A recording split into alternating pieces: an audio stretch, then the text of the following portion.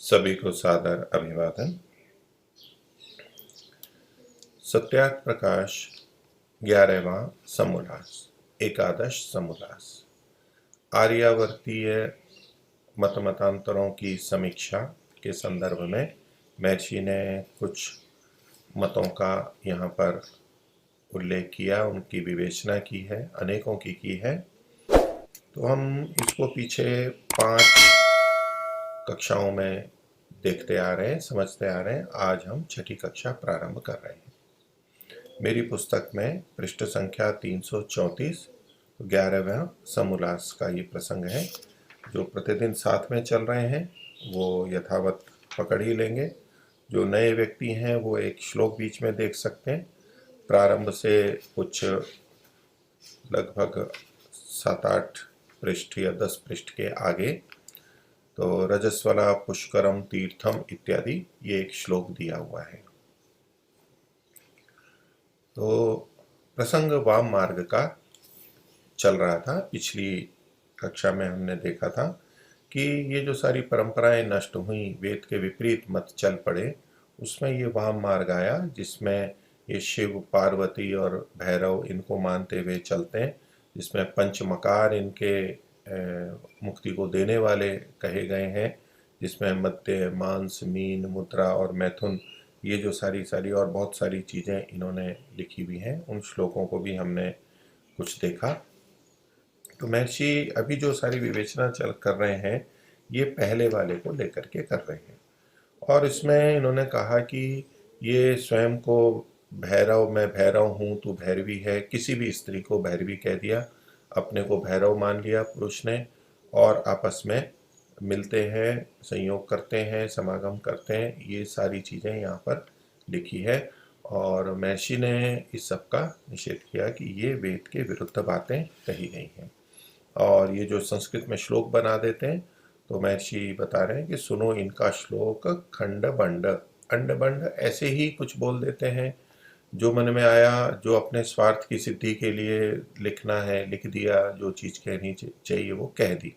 संस्कृत के नाम से संस्कृत में लिख करके लोगों को ऐसे प्रस्तुत कर देते हैं जैसे कि ये हमारे किसी ऋषि मुनि ने कहा है। और सामान्य जनता को उन्होंने पढ़ाना छोड़ दिया, वो संस्कृत जानते नहीं हैं और ग्रंथों को देख नहीं सकते। तो बस जो बोला जा रहा है उसको ठीक मान करके स्वीकार करने लग जाते हैं, और इनके मुख से जो निकला वो स्वीकार्य है, वो प्रामाणिक है, ऐसी प्रस्तुति कर देते हैं, ऐसा माहौल बना देते हैं। तो ये अंध परंपराएं चलती हैं, लोग अपनी बुद्धि विवेक का प्रयोग नहीं करते। हम आज की स्थिति में देख सकते हैं, हम भी स्वयं सोच सकते हैं, महर्षि ने तो हमें इस सब को दिखाया ही है कि ये सब बातें महर्षि को बतानी पड़ रही हैं कि देखिए क्या हालत है, क्या स्थिति बनी हुई है। तो आज हम आगे का जो श्लोक है उसको देखते हैं। ये श्लोक रुद्र यामल तंत्र का वहाँ इस तरह का श्लोक प्राप्त होता है। इनके तंत्र ग्रंथों के अंदर ये बातें हैं वाम मार्गियों की। तो किसी भी महिला से समागम करना, इस तरह की जो बात थी उससे संबंधित ये श्लोक दिया गया है, और इसको इन्होंने बहुत प्रशंसित किया है। किसी से भी संपर्क करना, ये इसके समान है, ये इसके समान है। लोक में जो चीज़ें उस समय के हिसाब से अच्छी प्रचलित थी उनकी तुलना करते हुए कि ये इसके समान है, ये इसके समान है। देखिए किस तरह से लिखा है इन्होंने। रजस्वला पुष्करम तीर्थम, रजस्वला स्त्री से समागम का निषेध है, उसके स्वास्थ्य की दृष्टि से ये अनुचित है। ये हमारे धर्म में, विधान में स्वास्थ्य की दृष्टि से प्राप्त है। आधुनिक विज्ञान भी इस बात को स्वीकार करता है। लेकिन ये कहते हैं उसके साथ करना जैसे कि पुष्कर तीर्थ को कर लेना है। पुष्कर एक तीर्थ है, राजस्थान में अजमेर के पास में ब्रह्मा जी का मंदिर माना जाता है, ब्रह्म सरोवर माना जाता है। सृष्टि की उत्पत्ति वहाँ से ऐसे मानी जाती है। तो जैसे उस समय के अनुसार वहाँ पुष्कर तीर्थ में जाना, स्नान करना पवित्र माना जाता था, आज भी मानते हैं लोग। तो रजस्वला स्त्री से समागम करना ऐसा है जैसे कि पुष्कर का तीर्थ कर लेना। अब जो उस समय पुष्कर तीर्थ की प्रसिद्धि प्रचलित थी, प्रशंसा थी, उससे तुलना करके इसको यानी श्रेष्ठ कर्म प्रस्तुत किया जा रहा है। दूसरा है चांडाली तो स्वयं काशी, चांडाली से समागम करना तो जैसे काशी की यात्रा करना। महर्षि का ही वचन देख लेते हैं कि रजस्वला के साथ समागम करने से जानो पुष्कर का स्नान हो गया। और चांडाली से समागम में काशी की यात्रा हो गई। काशी की यात्रा को भी बहुत महत्व दिया जाता है, ऐसी परंपराएं चल पड़ी हैं। यद्यपि वो अविद्या अध्ययन के तीर्थ थे, उस दृष्टि से महत्व था पहले। बाद में वो सब हट करके और पाप मुक्ति, स्नान और पूजा पाठ, कर्मकांड वहीं तक ही वो सीमित रह गया। बाकी वो विद्या का केंद्र था। तीर्थ उसे उसे कहते हैं जो हमें तारता है, हमारे को दुखों से, कष्टों से, तनावों से, उलझनों से, अज्ञान से, तो हमें रास्ता प्रशस्त करता है। तो ये तीर्थ स्थल थे, विद्या के केंद्र थे। यहाँ ऋषि मुनि लोग रहते थे, अध्यापक लोग, ब्राह्मण, साधु संत रहते थे, लोग जाते थे, सीखते थे। तो ये उस अर्थ में तो अच्छे था। फिर बाद में उसमें भी विकार आ गया, ये सब पठन पाठन कम होता चला गया, अन्य चीज़ें प्रचलित हो गई। लेकिन ये उस समय प्रसिद्ध था, तो उससे तुलना करके बताया जा रहा है, यानी ये श्रेष्ठ कार्य है। चर्मकारी प्रयाग स्यात्। तो चर्मकारी का मतलब हो गया जो चमड़े का काम करते हैं, उसकी पत्नी जो होती है वो चर्मकारी कहलाती है, जिसको लोक में हम चमारी शब्द का प्रयोग करते हैं। संस्कृत का चर्मकार या चर्मकारी ये है। तो वो कैसा है, उससे समागम करने से मानो प्रयाग का स्नान हो गया है, प्रयागराज का हो गया। उसको भी प्रसिद्ध माना जाता था, तीर्थ माना जाता था। और आगे कहते हैं रजकी मथुरा मता। रजकी मतलब रजक कहते हैं धोबी को, उसकी पत्नी को रजकी बोलते हैं।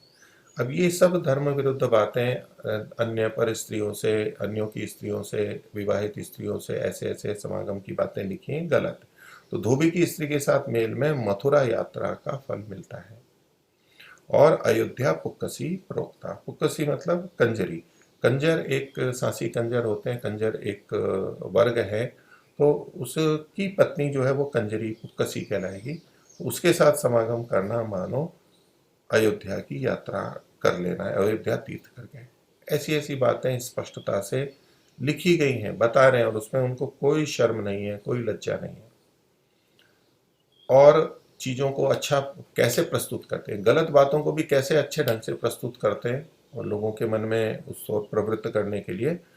और जैसे महर्षि आगे लिखते हैं कि मध्य का नाम तीर्थ रखा है।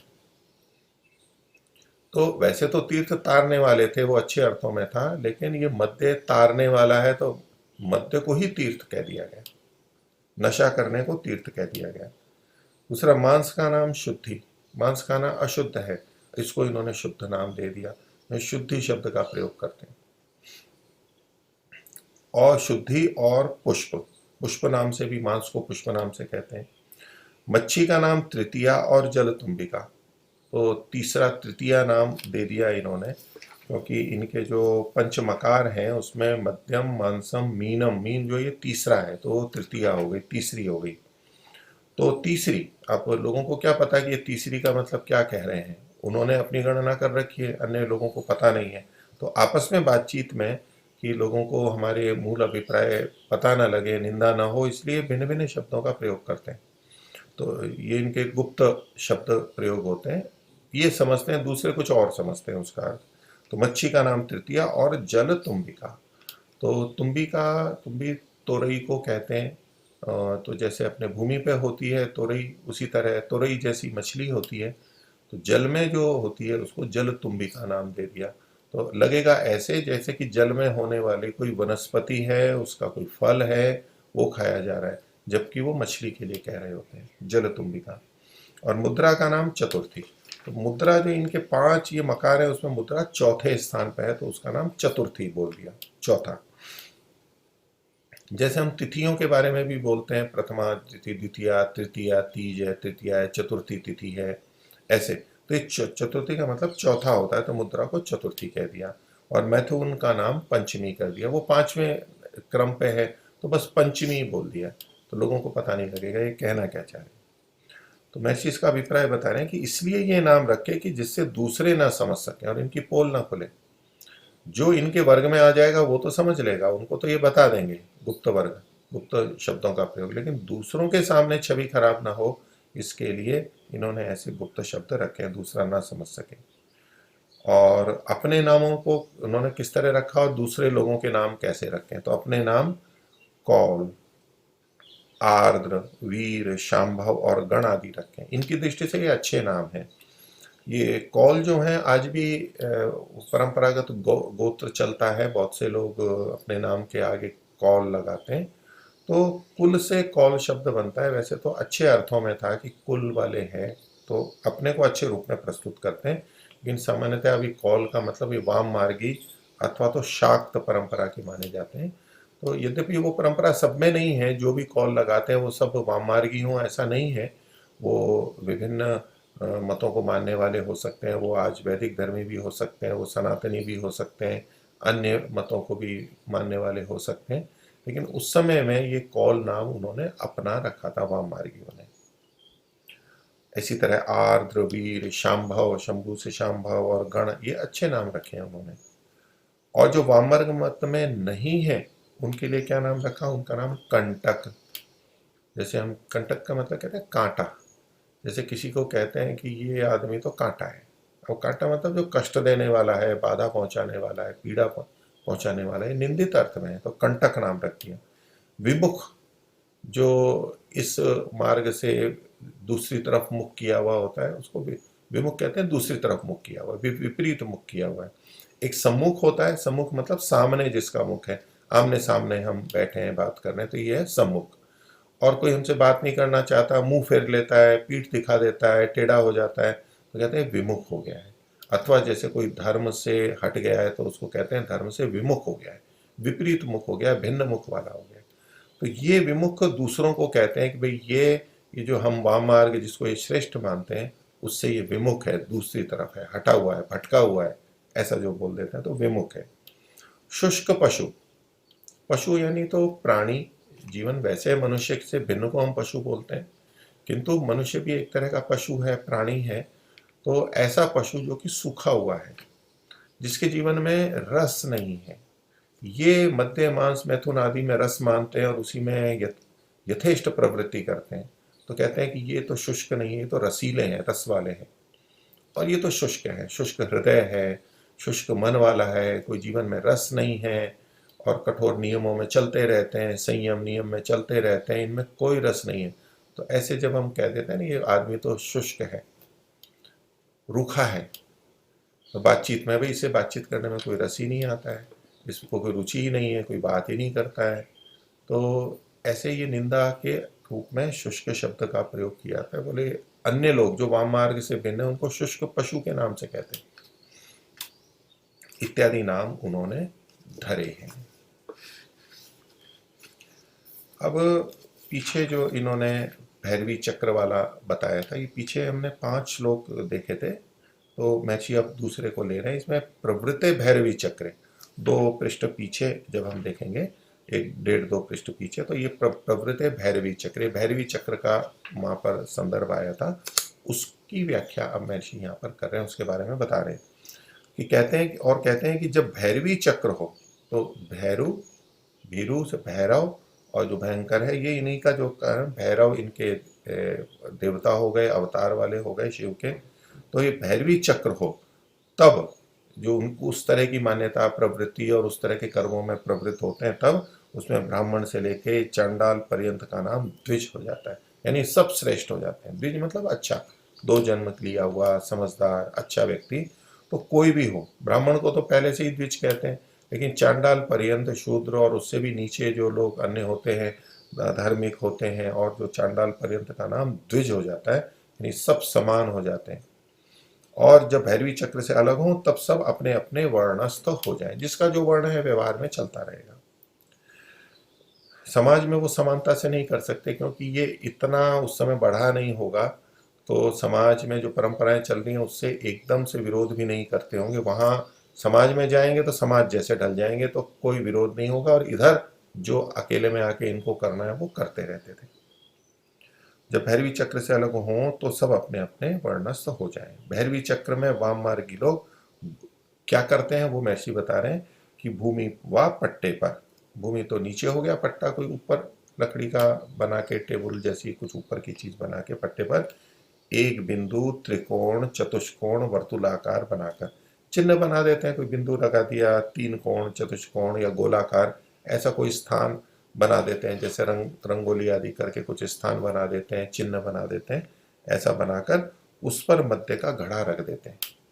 तो सुशोभित करने की दृष्टि से तरह तरह के आकार बना के घड़ा रख देते हैं और फिर उसकी पूजा करते हैं। तो जैसे अन्य लोग किसी अच्छी चीज की पूजा करते हैं, श्रेष्ठ की पूजा करते हैं, ये इसको मद्य को ही श्रेष्ठ मानते हैं। और क्यों मानते हैं वो सारा इनका मत आगे महर्षि बता ही रहे हैं।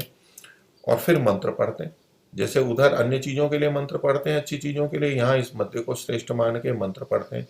क्योंकि लोग तो उधर से ही आते हैं, उसी मंत्र पाठ करना, ये करना, बहुत सारी मान्यताएं मन में रहती हैं, तो लगता है जैसे पूजा पाठ कर रहे हैं और ये बहुत अच्छी चीज है, और अब फिर निसंकोच उसको लेते हैं। क्योंकि जिनके मन में मद्य आदि लेने का संकोच है या अन्य इस तरह के कर्म करने का संकोच है, उसको हटाने के लिए ये सारी की सारी प्रक्रियाएं करते रहते हैं। तो पूजा करते हैं, फिर ये मंत्र पढ़ते हैं, ब्रह्म शापम विमोचथ। उसको कहते हैं कि हमें ब्रह्म शाप से छुड़ा दो। और कहते हैं कि तू ब्रह्म के शाप से रहित है और तू हमें ब्रह्म के शाप से छुड़ा देगा। यानी ब्रह्मा का भी शाप मान लिया और उससे छुड़ाने वाला इस मध्य को माना है। कैसे है वो देखिए, महर्षि लिखते हैं, हे मध्य तू ब्रह्मा आदि के शाप से रहित है। बाकी जने ब्रह्मा के शाप से युक्त है, ये ब्रह्मा के शाप से रहित है, कोई बाधा नहीं है इसको।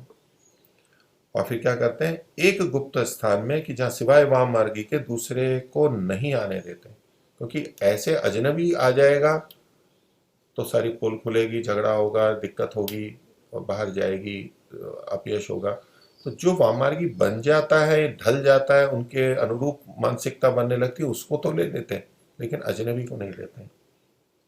और वहाँ स्त्री और पुरुष इकट्ठे हो जाते हैं, दो सभी, और एक स्त्री को नंगी कर पूछते हैं, स्त्री लोग किसी पुरुष को नंगा करके पूछते हैं। तो इधर ये मध्य की पूजा की और इधर स्त्री पुरुष को नंगा करके उनकी पूजा की। पुनः कोई किसी की स्त्री, कोई अपनी व दूसरे की कन्या, कोई किसी की व अपनी माता, भगिनी, पुत्र, वधू आती हैं, कोई भी आते हैं, वो ये सपरिवार आते हैं, परिवार के भी अन्य लोग आते हैं, और खुले में सब कुछ वहां पर होता है। पश्चात एक पात्र में मद्य भर के मांस और बड़े आदि एक स्थाली में धर देते हैं। तो इधर मद्य की भी इन्होंने पूजा कर ली, फिर इधर पात्र में मद्य भी रख लिया, मांस भी रख दिया, और बड़े आदि जो नमकीन चीज़ें होती हैं, जैसे मूंग की दाल के बड़े हैं, पकोड़े हैं, शराब पीने वाले ये नमकीन और ये चीज़ें साथ में खाते हैं, उस तरह की कोई चीज़ जो भी बड़े आदि बनते हैं वो साथ में खाने पीने के लिए रख देते हैं। उस मद्य के प्यालों को जो कि उनका आचार्य होता है हाथ में लेता है। उस समय वहाँ जो भैरवी चक्र है, वहाँ जो सबसे बड़ा होगा वो जो आचार्य होगा, और वो हाथ में लेके कहता है भैरवो हम शिवो हम। वो अपने आप को भैरव और शिव कहता है, जो कि ये जिनके देवता या अवतार मानते हैं उनको कहते हैं कि अब मैं ही ऐसा हूँ। वो अपने आप को कहता है कि मैं भैरव व शिव हूँ, और ऐसा बोल करके फिर वो पीता है। अर्थात शिव भी पीते थे, भैरव भी पीते थे, ये जो शिवादि अच्छे लोग थे उनको भी बुरा मान करके, बुरा प्रस्तुत करके कि वो पीते थे हम भी पीते हैं। तो बड़ों का अनुसरण, महापुरुषों का अनुसरण, महाजनों ये न गता सपंथा, कि वो भी करते थे हम भी कर रहे हैं इसमें, ऐसा जोड़ के अपने दोषों को हटाने के लिए ये प्रक्रियाएं करते हैं।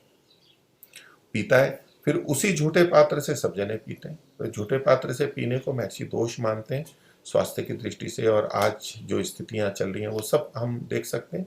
आयुर्वेद इसी बात को पहले से कहता रहा है। तो झूठा पात्र में एक दूसरे का जो संक्रमण होता है, ये सब संभावनाएं बढ़ जाती हैं, उसका निषेध है। तो झूठे से ही पीते रहते हैं।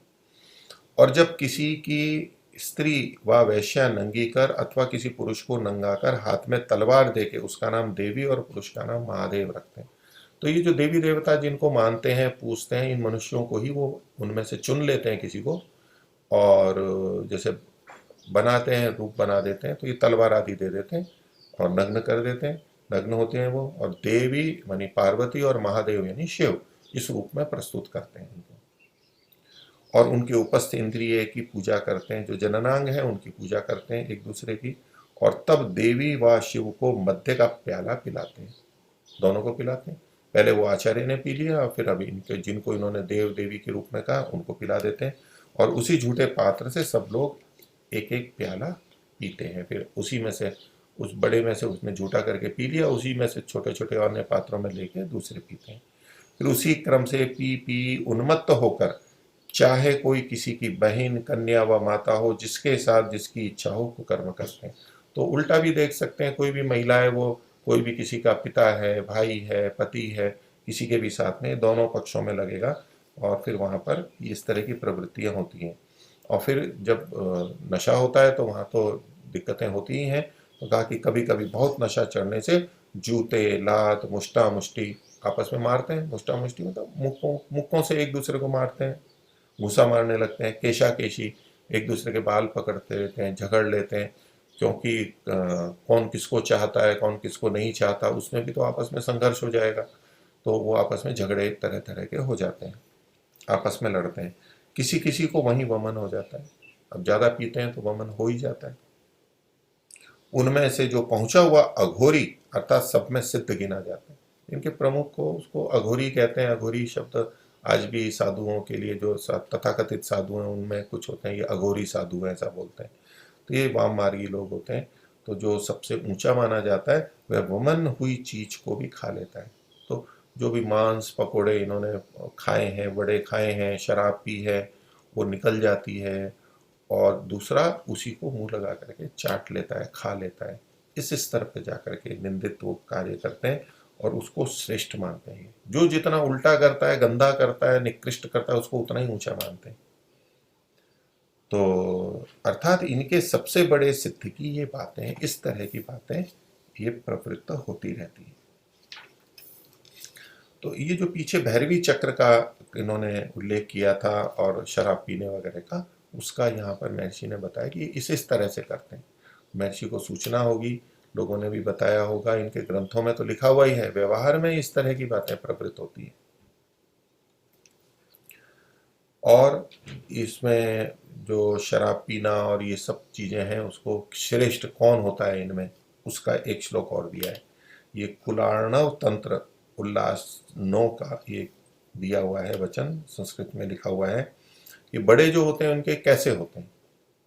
तो लिखा है, हालाम पिबती दीक्षितस्य मंदिरे सुप्तो निशायाम गणिका गृहेशु विराजते कौलव चक्रवर्ती। ये जो कौलव कुल कौल होते हैं, इनसे संबंधित जो ये इनका साम्राज्य है या वाम मार्ग है, उसमें जो चक्रवर्ती होता है, जो सबसे ऊंचा होता है, जैसे अपने यहाँ चक्रवर्ती राज्य की बात महर्षि ने की थी, आर्यों के चक्रवर्ती राज्य की, जिसका सब पे शासन चलता है, ऊंचा है, सबसे बड़ा है। तो ये कौन होता है? तो बोले पहले दीक्षित के मंदिर में यानी घर में जा करके वो हालाम पिबती मद्य पीता है। ये हाला शब्द जो है ये वैसे विष के लिए प्रयोग किया जाता है। आपने सुना होगा हालाहल विष होता है, या हलाहल नाम से बोलते हैं, अत्यंत तीव्र विष जो होता है। तो ये यहाँ पर यूं तीव्र विष पिएंगे तब तो मर जाएगा, लेकिन ये उस तरह की बात नहीं है। ये तीक्ष्ण मद्य जो होता है, बहुत तीखा, बहुत तेज मद्य होता है। क्या है कि उसमें अल्कोहल बहुत अधिक होता है। तो ऐसे कुलाल के, दीक्षित का मतलब है कलार के जो मद्य बनाते हैं, उनके घर पे जाता है और वहां पर बोतल पीता है, उन्हीं के घर पे जाके, और ताजा ताजा और सब उस तरह से पीता है। और फिर रात्रि में गणिका के घर में जाकर के सोता है, गणिका के पास में रहता है। तो उसको महर्षि ने लिखा, रंडियों के घर में जाके उनसे कुकर्म करके वहीं पर ही सो जाता है। यानी ये व्यभिचार भी हो गया गलत ढंग से। तो जो इत्यादि कर्म निर्लज्ज निशंक होकर के करे, कोई लज्जा नहीं है, कोई शंका नहीं है, कोई दोष नहीं मानते हैं, कोई ग्लानि नहीं मानते हैं, एकदम निर्भय निशंक होकर के करते हैं। वो करते हैं जैसे हम बहुत बड़ा कार्य कर रहे हैं और ये ही मुक्ति को देने वाला है। इस तरह की बातें प्रवृत्त कर देते हैं। मन में जो बुराइयों से बचने की सीमाएं होती हैं, जो हम उसमें कुछ रुकावट रखते हैं ताकि हम गलत कार्य ना करें, विचार आ भी गया है तो हम प्रवृत्त ना हो उस तरह से, उन बंधनों को वो तोड़ देते हैं। और मद्य आदि के प्रयोग से ऐसा देखा भी जाता है कि बिना नशे की स्थिति में व्यक्ति संभल के बोलता है, विचार के बोलता है, विचार के करता है, ध्यान रखता है दूसरों का, समाज का। लेकिन मद्य पीने के बाद में होश नहीं रहता है। वो सारी जो, दूसरे शब्दों में कहें तो जो रुकावटें हैं, दीवारें हैं, जो हमें रोकती हैं, नियंत्रित करती हैं, वो सब हट जाती हैं। कुछ भी बोल देता है, कुछ भी कर देता है। कोई लज्जा नहीं होती है गलत कार्यों को करने में, समझ ही नहीं रहती है। तो उसको ये लोग अच्छा मानते हैं। तो जो इन कार्यों को निर्लज्ज और निशंक होकर के करता है, वही वाममार्गियों में सर्वोपरि मुख्य चक्रवर्ती राजा के समान माना जाता है। अब ये कुछ चीजें समाज में इस ढंग से प्रस्तुत की जाती हैं, कुछ ठीक होते हुए भी उसको ऐसा प्रयोग करते हैं जो गलती के लिए लग जाती है। सामान्यतया कोई भी धार्मिक व्यक्ति होता है तो कुछ मन से भी अच्छा होता है और कर्म भी अच्छे होते हैं, लेकिन कुछ चीजों में मन में अभी उतना अच्छा नहीं होता है, लेकिन कर्म में तो अच्छा ही होता है। तो जो ऐसी बातें होती हैं सब मनुष्यों के मन में रहेंगी कि वो इन चीजों को करता तो नहीं है, नियंत्रित रखता है, लेकिन मन में उसके गलत बातों के विचार आ जाते हैं। तो ऐसों को वो कहते हैं कि देखो ये कैसा इनका, ये कैसे सज्जन है, मन में तो इनके कुछ और चल रहा है, कर भले ही नहीं रहे हैं, लेकिन मन में तो गंदगी भरी पड़ी है। तो उसको, ऐसी स्थिति को ये निंदित करते हैं। तो तत्वतः यूं देखा जाए तो मन में भी अच्छा होना चाहिए, कर्म में भी आना चाहिए, अच्छी बात है। लेकिन यदि मन में कोई गलत विचार है और किसी ने उसको रोका है और गलत कार्य नहीं कर रहा है, तो ये भी तो एक अच्छी बात है, उसकी अपेक्षा कम है। और जिसके मन में आया और वैसा ही गलत काम करने लगा, तो ये तो बहुत ही निकृष्ट बात हो गई। तो समाज के लिए, व्यक्ति के लिए कुछ वेग धारणीय होते हैं, धारण करने होते हैं। आयुर्वेद में धारणीय और अधारणीय दोनों प्रकार के वेग लिखे हैं। मल मूत्र आदि का, छींक का, खांसी का वेग है, इनको रोकना नहीं चाहिए, अधारणीय है, आते हैं तो इनसे निवृत्त हो लेना चाहिए। लेकिन जो मानसिक कुछ चीजें हैं वो धारणीय वेग लिखे हैं, काम, क्रोध, लोभ, मोह, ईर्ष्या, द्वेष आदि जो ये मनोविकार है, इसको धारण करना होता है। मुझे किसी के प्रति गुस्सा आ रहा है, ईर्ष्या हो रही है, कुछ गलत बोलने का मन बहुत कर रहा है, लेकिन मैं उसको रोक करके रखूंगा, रोकना चाहिए, क्योंकि बोलने के बाद तो उसके बहुत दुष्प्रभाव आएंगे, दूसरे को भी गलत लगेगा, उसको भी दुख होगा, वो प्रतिक्रिया भी कर सकता है, इसलिए वो रोका जाता है अंदर। ये धारणीय है, ये कोई गलत बात नहीं है। और एक तरफ हम देखते हैं अच्छे सत्पुरुष के लिए क्या लक्षण कहे जाते हैं कि मनस्येकम वचस्येकम कर्मण्येकम महात्मनाम। जो महात्मा श्रेष्ठ लोग होते हैं तो उनके मन, वचन और कर्म, शारीरिक कर्म में एक रूपता रहती है, समान रहता है, भेद नहीं रहता है। और मनस्यन्यत वचस्यन्यत कर्मण्यन्यत दुरात्मनाम। जो दुष्ट लोग होते हैं उनके मन में कुछ है, वाणी में कुछ है और करते कुछ है। तो दुष्ट लोगों के लिए तो बात ठीक थी। तो इसका तात्पर्य उस जगह पे नहीं है कि कोई धार्मिक व्यक्ति है और मन में गलत विचार आया लेकिन वो गलत काम कर नहीं रहा है, अपने को रोक रहा है, ठीक नियंत्रित रख रहा है, तो ये तो एक अच्छी बात है। लेकिन इसको लेके कि ये तो दुरात्मा है कि मन में कुछ है और बाहर कुछ है। तो ये जो मन में, वाणी में, कर्म में एक रूपता, ये अच्छे संदर्भों में कही गई है और इनमें भिन्नता अलग तरह से कही है।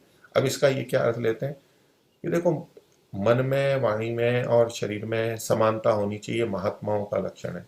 तो मन में आपके जो भी आता है वो आप बोलो, वैसा ही बोलो और वैसा ही करने भी लग जाओ। तो मन में तो उच्छृंखलता है, लोभ है और विषयासक्ति है, तो वो जो विचार आ रहे हैं वैसा ही आप कीजिए। इसको ये अच्छे ढंग से प्रस्तुत करते हैं और इसको कहते हैं जैसा मन में है वैसा वाणी में है और वैसा ही कर्म में है। तो जो बिल्कुल निर्लज्ज हो जाता है, जैसा मन में आया वैसा कर लेगा, ये जो जिस तरह के कर्म यहाँ ऊपर बता रखे हैं ये या और भी सब चीज वो करने लगता है निशंक होके, तो इसको वो अच्छा मानते हैं। ये जो मन, वाणी और शरीर के कर्मों में एक रूपता है, वो इस तरह के करने में वो महात्मा नहीं कहलाता है, ये तो और भी दुरात्मा होगा। मन में भी गलत है, वाणी में भी गलत है और व्यवहार में भी गलत है। अच्छे और बुरे का भेद तो करना होगा, जैसा मन में है वैसा करना ये कोई अच्छी बात नहीं है। कई जने जैसे बातचीत में हमारे होते हैं, भाई मेरे तो जो मन में होता है वो मैं मुंह पे बोल देता हूँ, इसको कुछ लोग अच्छा भी मानते हैं, अच्छे ढंग से प्रस्तुत भी करते हैं, और दूसरे के लिए कि भाई मन में कुछ है और बोल कुछ और रहा है, मन में द्वेष है, बाहर प्रेम की बात कर रहा है। तो इन दोनों में आज लोक में भी जो जैसा मन में है वैसा बोल देता है, अच्छा माना जाता है। तो इसका ये अर्थ नहीं है कि हम मन में जो भी कुछ आया और वैसा का वैसा दूसरे को बोल दें। हमारा व्यवहार ये होना चाहिए कि हम बाहर वाणी मीठा बोल रहे हैं, अंदर भी हम मीठा ही रखें, भाव प्रेम ही रखें उस व्यक्ति के प्रति। ये तो एक सबसे आदर्श की बात है। लेकिन यदि किसी के मन में कोई बुरा भाव आ गया है तो उसको कोई कहना आवश्यक थोड़ा है, वो कह करके दूसरे को दुख देना है, आपस के संबंध बिगाड़ना है। इतने समय से अच्छे संबंध चल रहे हैं और आप उस एक वाक्य को बोल करके, कुछ वाक्यों को बोल करके और संबंध बिगाड़ लें, उसको भी दुख हो, देखो इसने कैसे बोल दिया। ऐसा नहीं, इस पर नियंत्रण तो रखना ही होता है। जैसे अन्य कार्यों पर नियंत्रण होता है, ऐसे मन पर भी नियंत्रण रखना होता है। तो ये सज्जनता के रूप में प्रस्तुत कर देते हैं कि जैसा मन में है वैसा ही बाहर होना चाहिए। और आजकल का जो आधुनिक चिंतन है और आधुनिक लोग हैं, वो भी चूंकि जो पुराने जिनको धार्मिक कहा जाता है, वो मन में कुछ और बाहर कुछ ऐसा कहते हैं, करते कुछ है, वाणी में कुछ है और उधर बहुत गलत गलत कार्य करते हैं। ऐसे ही जैसे कि ये वाम मार्गी लोग करते हैं, उसी तरह से वे विचार, मद्यपान, चोरी जारी सब करते हैं, लेकिन ऊपर से कुछ और अच्छा दिखाते हैं। वो तो गलत है, ऐसा नहीं होना चाहिए। हम जैसे हैं उससे भिन्न अपने को अच्छा प्रस्तुत करना गलत है। लेकिन एक कर्म करने की दृष्टि से अगर किसी के मन में गलत विचार आ गया है तो वो वैसा करे और ये श्रेष्ठता का लक्षण हो, ये परिभाषा वैदिक रीति से ठीक नहीं है। पर ये लोग उस तरह से प्रस्तुत करते हैं। तो इनमें जो पूरा निर्लज्ज और निशंक होता है वो सर्वोपरि चक्रवर्ती राजा के समान माना जाता है, ये उसको श्रेष्ठ मानते हैं। आगे कहते हैं कि अर्थात जो बड़ा कुकर्मी वही इनमें बड़ा, और जो अच्छे काम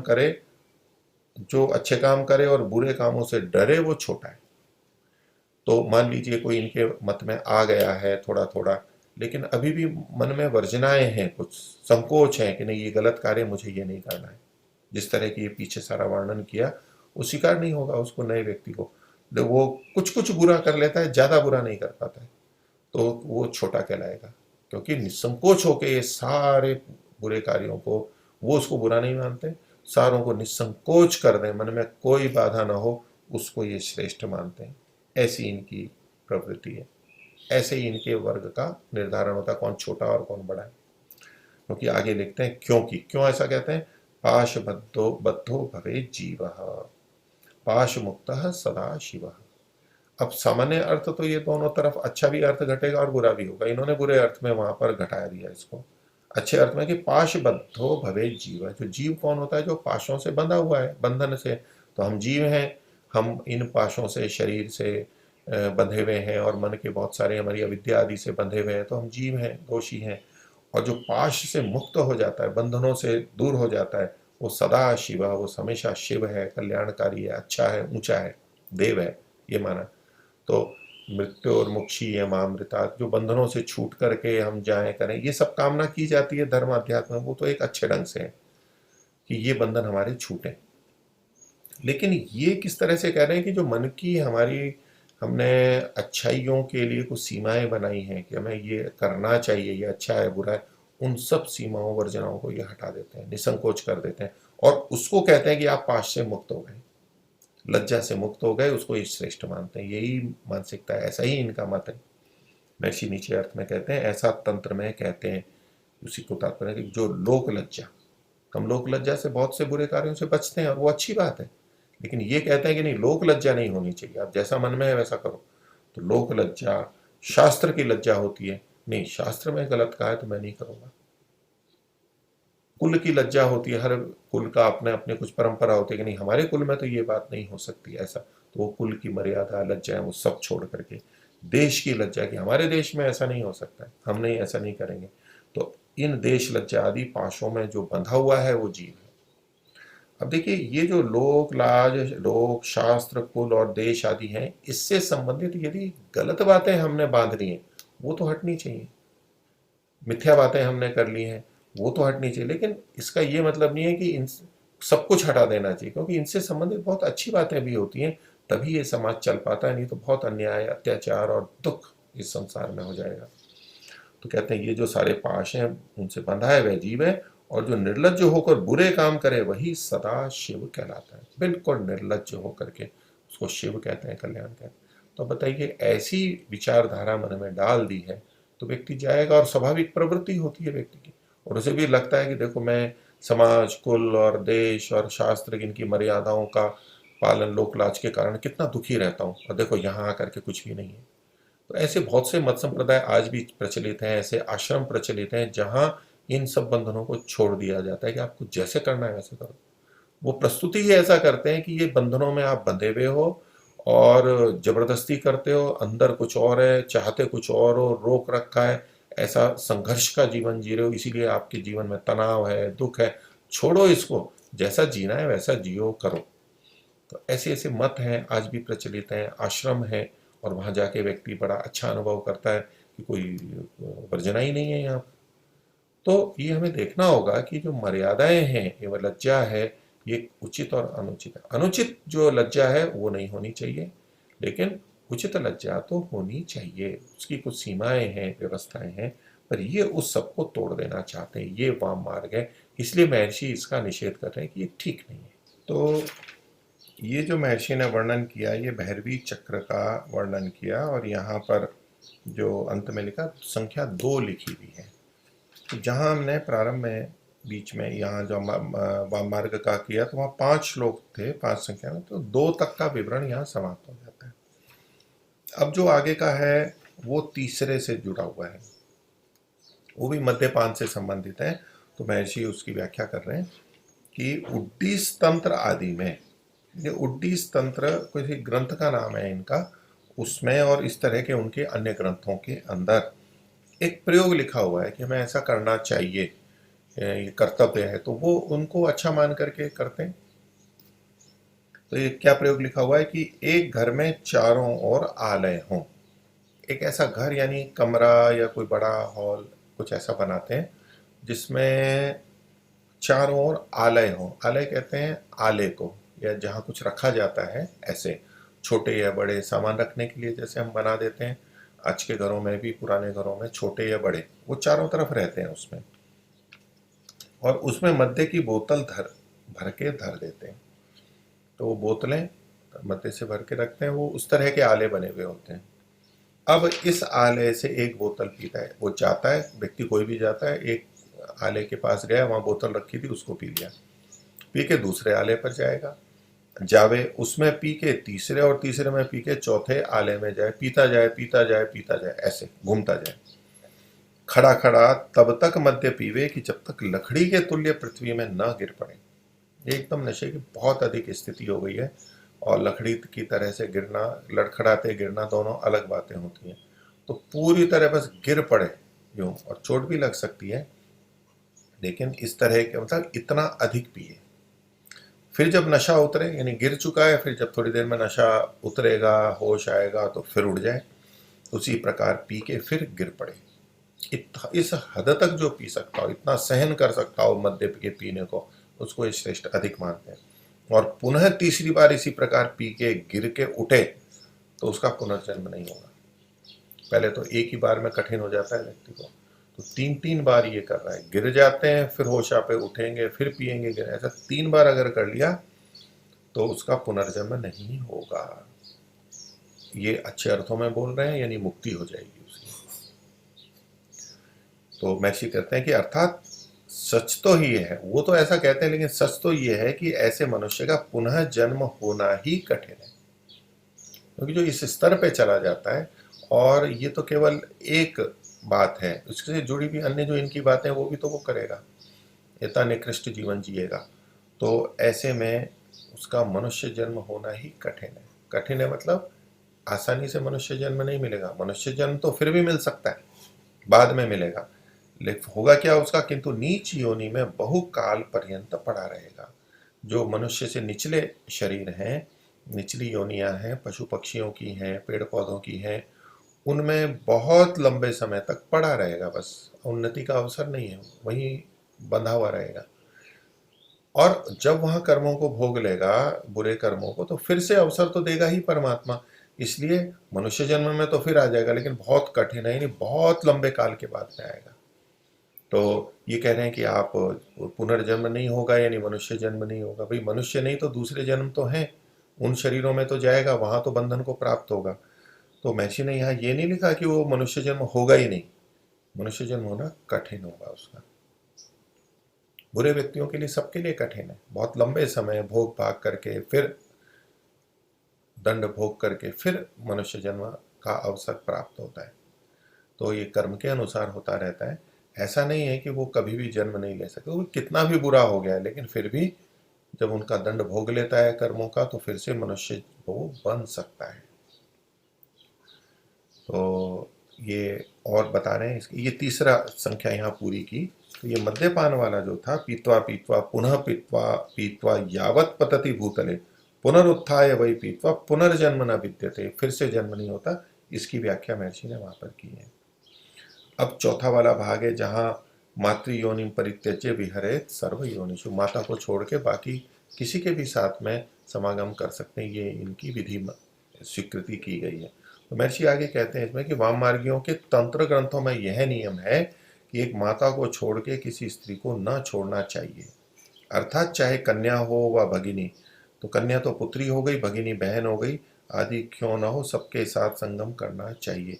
ये नियम बना रहे हैं और इसको बहुत अच्छा मान के कर रहे हैं कि एक माता को छोड़ दिया है उन्होंने, यानी ये नियम बना दिया गया, इसको भी कोई बड़ा नियम है, बाकी सारे नियम तो भंग कर दिया इन्होंने, इसको नियम मान करके चल रहे हैं कि ऐसा कोई बहुत अच्छी बात कर रही है।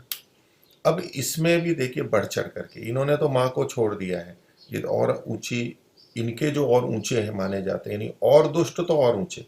देखो क्या हाल है कि इन वाममार्गियों में 10 महाविद्या प्रसिद्ध है, अलग अलग विभाग हैं, उनमें से एक मातंगी विद्या वाला कहलाता है। विद्याएं हैं उस, इन्हीं को ये विद्याएं कहते हैं, ये गलत गलत बातों को ही विद्या के रूप में प्रस्तुत करते हैं।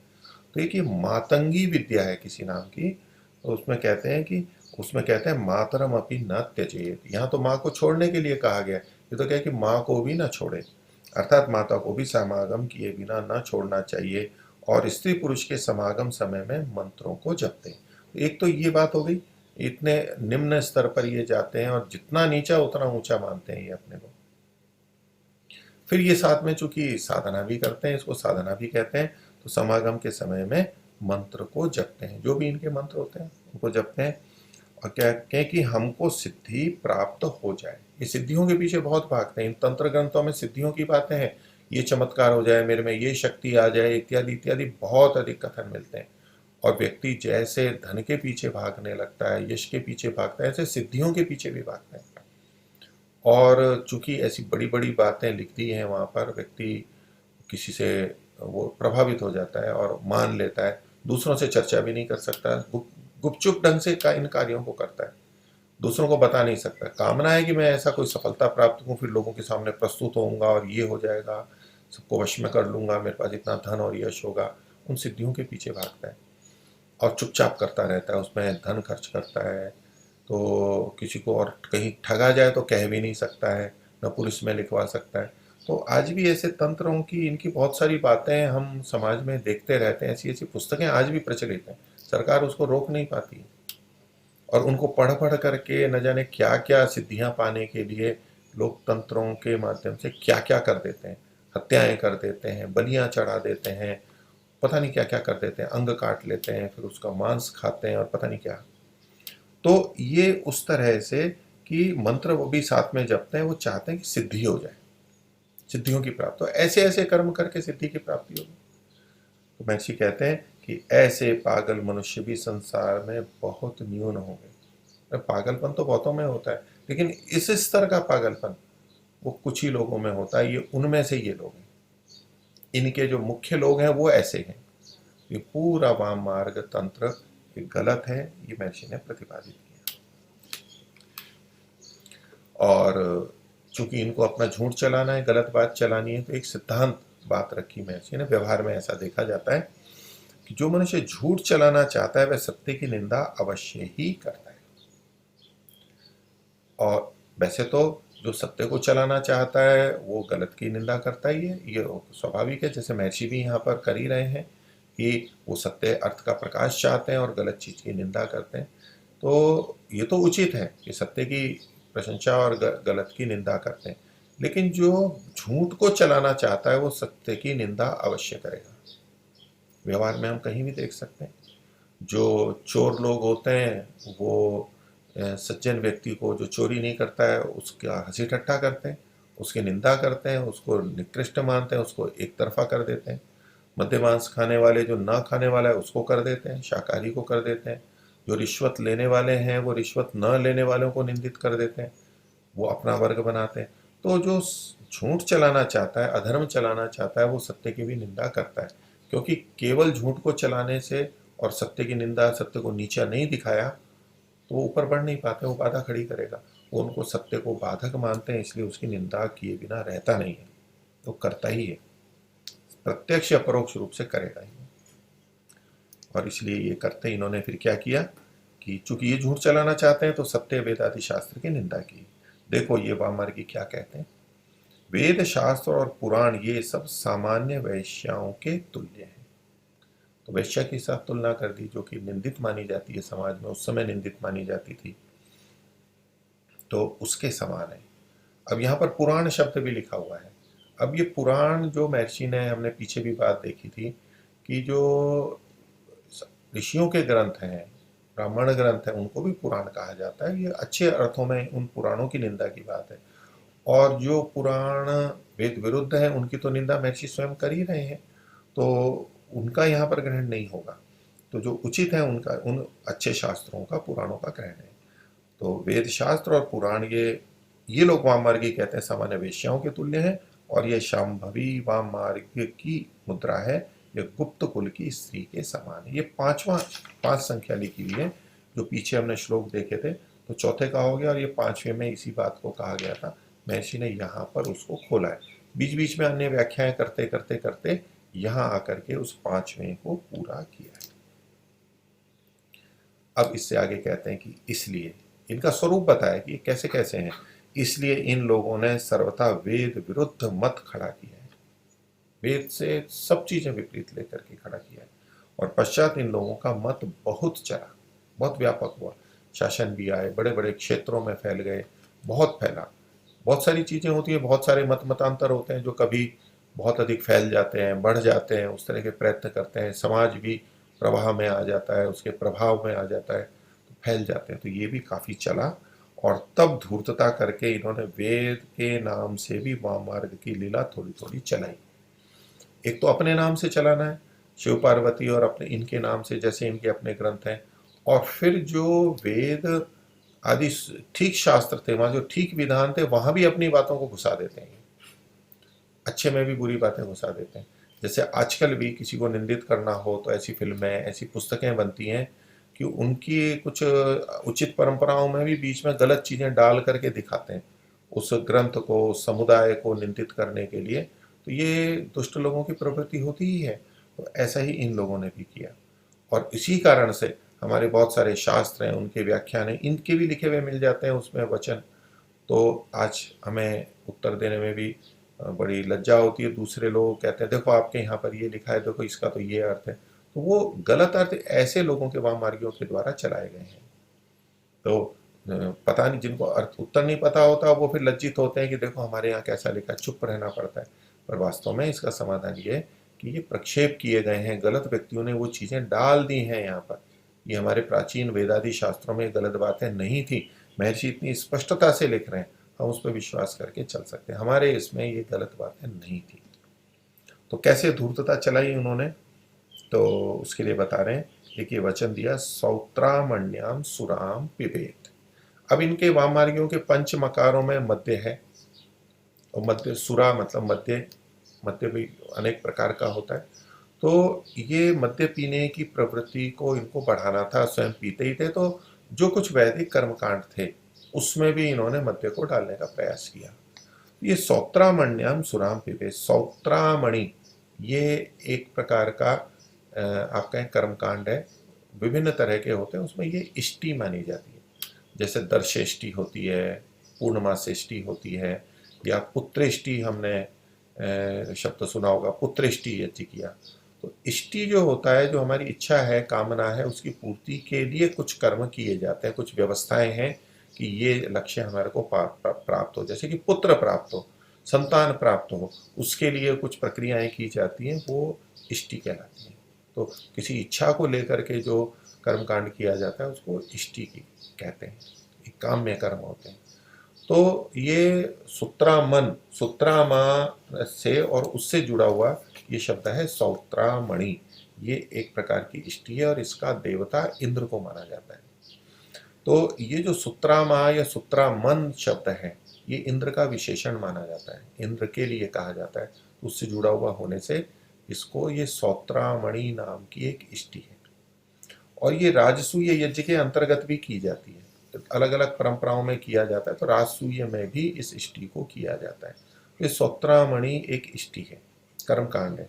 अब उसमें के लिए वचन कह दिया, ये सौत्रामण्यम सुराम के वेद, सुरा को पीना चाहिए। अब सुरा का अर्थ इन्होंने मध्य ले लिया। महर्षि इसको स्पष्टता से आगे कहेंगे, नीचे जो हम हिंदी देखिए इसकी, कि सौत्रामणि यज्ञ में, इष्टि याग होम ये अलग अलग है, सामान्य रूप से इसका यज्ञ नाम दे दिया। तो सौत्रामणि यज्ञ में मध्य पीवे। इसका अर्थ तो यह है कि सौत्रामणि यज्ञ में सोमरस अर्थात सोमवल्ली का रस पिए। तो ये जो सुरा शब्द है, ये सोम के रस के, सोम का पान करते थे, सोम रस का पान करते थे। आजकल भी बहुत चलता है ये। और उसका जो उसकी जो निंदा करनी है जिनको वैदिक धर्म की, वो कहते हैं देखो ये शराब पीते थे, यज्ञ में शराब पीते थे, ये उसी तरह से वर्णन करते हैं। लेकिन महर्षि कह रहे हैं कि ये मद्यपान का तो निषेध है, उसका ये उल्लेख नहीं है। ये सोमवल्ली, एक वल्ली कहते हैं लता को, बेल को, विशेष प्रकार की होती है, तो उसके रस को, उसको कूटते पीटते हैं, उसका रस निकालते हैं, उसको पीते हैं। तो इसमें सौत्रामणि जो इष्टि है या यज्ञ है, उसमें इस सोम के रस को भी पिया जाता है। और भी बहुत सारे होते हैं जहाँ पिया जाता है, इसमें भी पिया जाता है। तो बोले अर्थ तो था कुछ, और इन्होंने किस ढंग से प्रस्तुत किया, सुरा को किया, और ऐसा प्रचलन में भी आ गया। उसी तरह के लोग घुस गए, अंदर घुस जाते। वेश होता है उनका वैदिक लोगों जैसा, लेकिन होते हैं वो दूसरे। आजकल भी ऐसा होता है, विभिन्न वर्गों में, समुदायों में, संस्थाओं में वो लोग वेश बदल करके घुस जाते हैं, प्रस्तुत ऐसा करते हैं जैसे हम इसी के हैं, लेकिन वो अंदर घुस करके अपनी गलत मान्यताओं को वहां पर डाल देते हैं। ऐसा ही इन लोगों ने भी किया। और ये सोम रस, सोम पीना था, लेकिन ये मद्य के नाम से यहाँ पर इसको प्रचलित कर दिया। ये एक वचन, एक वाक्य हुआ। दूसरा वाक्य है प्रोक्षितम भक्षयेन मांसम। तो यहाँ क्या कह दिया इन्होंने कि जो मांस है उसको, मांस के खाने का भी विधान कर दिया, क्योंकि इनका पंच मकारों में मांस भी है। तो प्रोक्षित कहते हैं वैसे कि जो यज्ञ के निमित्त दिया जाता है, तो वहाँ प्रस्तुत किया जाता है, हवि दी जाती है, और जो जल आदि छिड़क करके और जो शुद्ध किया जाता है। तो प्रोक्षित चीज़ें, अच्छी साफ सुथरी चीज़ें लेनी चाहिए। और यज्ञशेष, जैसे हम कहते हैं कि यज्ञशेष लेना चाहिए, यज्ञ में जो आहुति दी गई है उससे जो बचा हुआ है वो लेना चाहिए, परोपकार में लगा करके फिर जो बचा है वो लेना चाहिए। जैसे हम उस तरह से प्रयोग करते हैं, उस अर्थ में यहाँ पर इन्होंने मांस को कर दिया, प्रोक्षितम भक्षयेत मांसम। तो यज्ञ में जो बलि चढ़ाया हुआ होता है या होम किया हुआ होता है, उस मांस को खाना चाहिए। तो वैसे भी मांस खाते थे, लेकिन इस तरह से करके उसको शास्त्रीय रूप से पुष्ट कर रहे हैं कि देखो ये तो हमारे कर्मकांड में लिखा है, ये तो हमें खाना ही चाहिए। और वहां पर भी इसको इन्होंने डाल दिया। और जल से जो प्रक्षालित करते हैं, प्रोक्षण करते हैं, ऐसे छींटे दे देते हैं ऐसे, वो भी, उसको भी प्रोक्षण कहते हैं। तो वो जल भी अच्छा माना जाता है, कर्मकांड में रखा हुआ है, उसको प्रयोग करके। तो इन्होंने कहा कि प्रोक्षित अर्थात यज्ञ में मांस खाने में दोष नहीं है। बाहर ये मांस खाने में दोष है, यज्ञ में मांस खाने में दोष नहीं है, ऐसी प्रस्तुति दी गई कि धर्म के नाम पर, कि नहीं यहाँ कोई बात नहीं है। जैसे कि आजकल भी लोग ऐसा इस तरह प्रयोग कर लेते हैं कि भाई परोपकार के काम में छल कपट करना दोष नहीं है, क्योंकि हम तो परोपकार के लिए कर रहे हैं। परोपकार के काम में झूठ बोलने में दोष नहीं है, हम अपने व्यक्तिगत थोड़ ना कर रहे हैं। तो ऐसी ऐसी जो बातें प्रचलन में आ जाती हैं, उसी शैली से इन्होंने यहाँ पर यज्ञ में, इष्टि में मांस का प्रयोग बता दिया। तो प्रोक्षित अर्थात यज्ञ में मांस खाने में दोष नहीं, ऐसी पामरपन की बातें वाम मार्गियों ने चलाई हैं। तो बहुत निंदित और गलत बातें चलाई हैं, ये महर्षि यहाँ पर कहना चाहते हैं। और ये जो वचन है, ये प्रोक्षितम भक्षयेन मांसम, तो मनुस्मृति में ये 5:27 जो है, और जो वर्तमान में मनुस्मृति उपलब्ध है, वहां भी इस तरह का ये वचन मिलता है। अब ये जो चीजें हैं वहां भी मिला दी गई हैं, तो इसमें भी मिलावट कर दी गई है, विरुद्ध चीजें, वेद विरुद्ध बातें डाल दी गई हैं। जबकि मनुस्मृति वेद के अनुकूल था, और कर्मानुसार वर्ण व्यवस्था मानते थे, और भी बहुत सारी बातें। तो वहाँ गलत चीजें लोगों ने अपनी गलत मान्यताओं को फैलाने और अपने स्वार्थ के लिए डाल दी है। इसलिए कोई कह सकता है कि भाई ये वचन तो आपकी मनुस्मृति में भी मिलता है। ये प्रक्षिप्त चीजें होती हैं जो गलत डाल दी गई हैं। आगे एक वचन और बता रहे हैं कि वैदिकी हिंसा हिंसा न भवती। जो वेद से संबंधित हिंसा है वो हिंसा नहीं कहलाती है। अन्य जो हिंसा है वो हिंसा कहलाएंगी। अब ये हिंसा शब्द निंदित अर्थ में है, पाप के अर्थ में है कि हिंसा करना ठीक नहीं है, तो अन्य हिंसा तो हिंसा है यानी पाप है, हत्या है। अन्य हत्या है तो हत्या है, लेकिन वैदिक हत्या है वो हत्या नहीं कहलाती है, वो हिंसा हिंसा नहीं कहलाती है। ये एक वचन और चला दिया। तो महर्षि इसके ऊपर प्रश्न कर रहे हैं कि उनसे पूछना चाहिए कि जो वैदिकी हिंसा हिंसा ना हो, तो वैदिकी का मतलब है कि जहाँ ये कर्मकांड चल रहे हैं, वेद मंत्रों का उच्चारण हो रहा है और उसके अनुसार ये पशुओं की बलि दे देते हैं। ये हिंसा जो है इन सोमयागों में और बहुत सारे कर्मकांड होते हैं, सत्र अहीन आदि बहुत सारे लंबे लंबे छोटे बड़े होते हैं, तो वहाँ ये जो पशु बलि देने लगते हैं, तो लोग कहते हैं बलि दे रहे हो, हिंसा कर रहे हो, तो कह देते हैं वैदिकी हिंसा हिंसा न भवति। तो हम वेद के मंत्रों से कर रहे हैं, वैदिक देवताओं के लिए कर रहे हैं, इत्यादि इत्यादि जो गलत मान्यताएं थी उसमें इन्होंने इसको ठीक मान लिया। तो जो वैदिक मंत्रों का प्रयोग करते हुए पशुओं की बलि दी जाती है वो अगर हिंसा नहीं है, तो उस संदर्भ में महर्षि कह रहे हैं कि जो वैदिक की हिंसा हिंसा ना हो तो तुझ और तेरे कुटुंब को मार के होम में डालें तो क्या चिंता है। कि जैसे इन पशुओं की बलि तुम दे रहे हो और कह रहे हो कि ये तो हिंसा हिंसा नहीं है और ये पशु भी स्वर्ग में जाएगा, यजमान भी स्वर्ग में जाएगा, तो लो तुम्हारे को हम सीधा स्वर्ग में भेज देते हैं, तुम स्वीकार कर लोगे? तुम्हारा और तुम्हारे परिवार वालों की बलि कुटुंब को मार के यहाँ पर होम कर दें तो तुमको कोई चिंता नहीं होगी, तुम स्वीकार कर लोगे? पर वहां तो वो व्यक्ति नहीं करता है, तो फिर ये क्यों कह रहे हो कि वैदिक की हिंसा हिंसा न होती? भाई किसी भी पशु को मार के आप यज्ञ में डाल रहे हो, अग्नि में होम कर रहे हो, वो तो गलत है ही, वो तो हिंसा है ही। आपको मारना, आपके परिवार को मारना भी गलत है, अन्यों को भी मारना और इन पशुओं को भी मारना। महर्षि का तात्पर्य है कि ये जो बलि प्रथा है मारना, ये गलत है।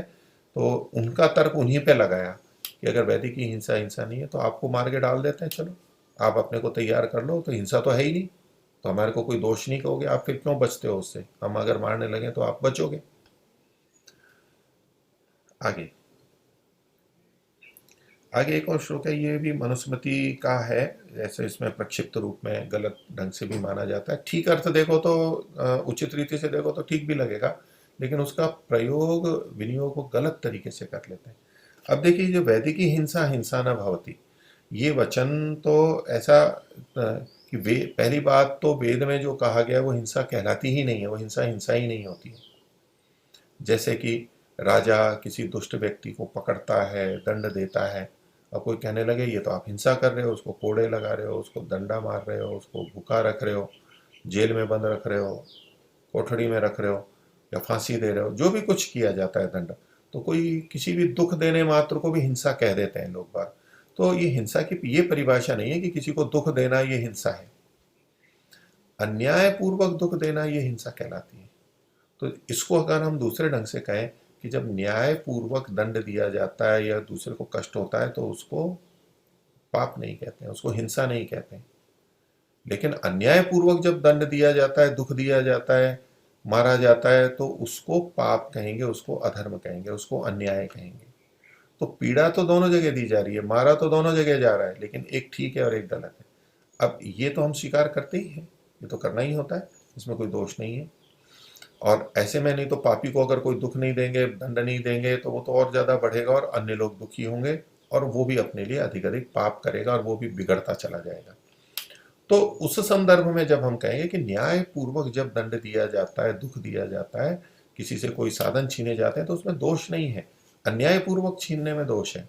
तो उस तरह से अगर हम देखेंगे कि वेद में जो विधान किए गए हैं दुष्टों के लिए, बांधने के लिए, रोकने के लिए, उसमें जो किसी को कष्ट होता है तो वो पाप नहीं कहलाता है। इस अर्थ में तो ठीक है अगर हम ऐसा अच्छा अर्थ ले लें, लेकिन ये इसका उपयोग उस रूप में नहीं करते हैं क्योंकि धर्मपूर्वक तो चलते ही नहीं है। ये तो यज्ञ आदि कार्यों में हिंसा करके, पशुओं को मार करके जो हिंसा होती है उसको देख रहे हैं और वहां देख रहे हैं कि यहाँ मारने में कोई दोष नहीं है। और आज भी कितने अपने आप को ब्राह्मण कहने वाले, वैदिक ब्राह्मण कहने वाले, जिन्होंने वेदों को स्मरण कर रखा है, और वो ऐसे कई कर्म कांड करते हैं और जहाँ पशुओं की बलि दी जाती है, पशुओं को मारा जाता है और उनके अंगों से आहुतियां दी जाती हैं और बहुत तरह के कर्म कांड किए जाते हैं, खाया भी जाता है। तो ये चीजें गलत हैं, उसी की तरफ महर्षि यहाँ पर संकेत कर रहे हैं। तो ये हमने ये पहला वाला वैदिक की हिंसा हिंसा न भवती यहाँ तक देखा, और इससे आगे वाला जो है वो अगले दिन देखते हैं। सभी को सादर नमस्ते। ओम शांति।